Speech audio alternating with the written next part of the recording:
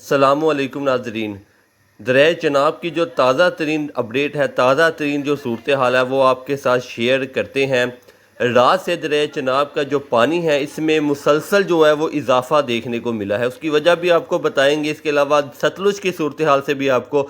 آگاہ کریں گے۔ اس وقت دریائے چناب کی جو صورتحال ہے، تازہ ترین صورتحال ہے، اس سے آپ کو جو سی ہے وہ اپڈیٹ دے رہے ہیں کہ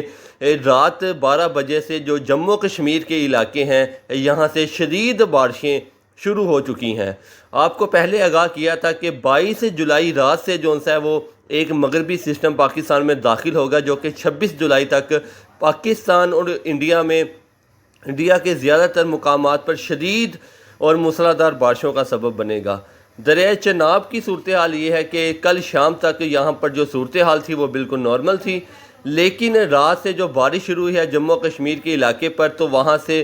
جو پانی کی آمد کا سلسلہ ہے وہ شروع ہو چکا ہے، اور دریائے ستلج اور دریائے چناب کی جو صورتحال ہے اس کے بارے میں آپ کو آگاہ کریں کہ یہاں پر جو پانی ہے وہ 12 سے 15 ہزار کیوسک کا جو وہ اضافہ ہوا ہے،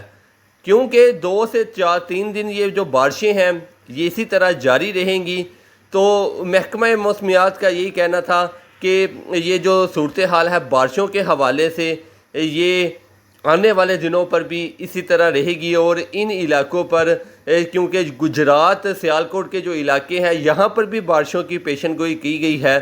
تو یہاں کا جہلم کا یہاں کا جو سارا پانی ہے وہ بھی دریائے چناب میں آئے گا، اور اس کے علاوہ جو پیچھے سے دریائے چناب کی جو صورتحال پیچھے سے ہے اس کا جو وہ بھی خطرناک ہو سکتی ہے،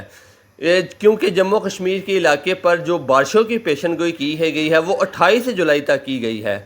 جس کی وجہ سے جو ہے وہ یہاں کی جو صورتحال ہے وہ آنے والے دنوں پر خراب ہوتی نظر آ رہی ہے۔ جیسے جیسے اداروں کی طرف سے کوئی اپڈیٹ آئے گی آپ کے ساتھ ضرور شیئر کریں گے۔ اس کے علاوہ آپ کو اگر ستلج کے حوالے سے بتاتے چلیں کہ ستلج پہ فی الحال نارمل ہے، گنڈا سنگھ بالکل نارمل بہہ رہا ہے، ہیڈ سلیمان کی ہیڈ اسلام یہاں پر پانی نارمل ہے، لیکن ہماچل پردیش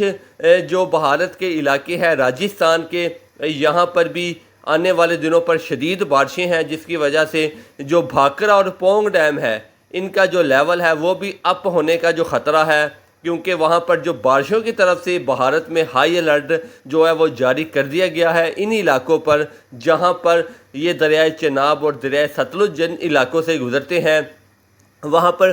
ویسے بھی شدید بارشیں ہوتی ہیں۔ 2023 میں بھی وہاں پر شدید بارشوں کی وجہ سے جو ہے وہ سیلابی صورتحال کا سامنا کرنا پڑا تھا۔ اگر 2023 کے اوپر نظر ڈالیں تو جو دریائے چناب ہے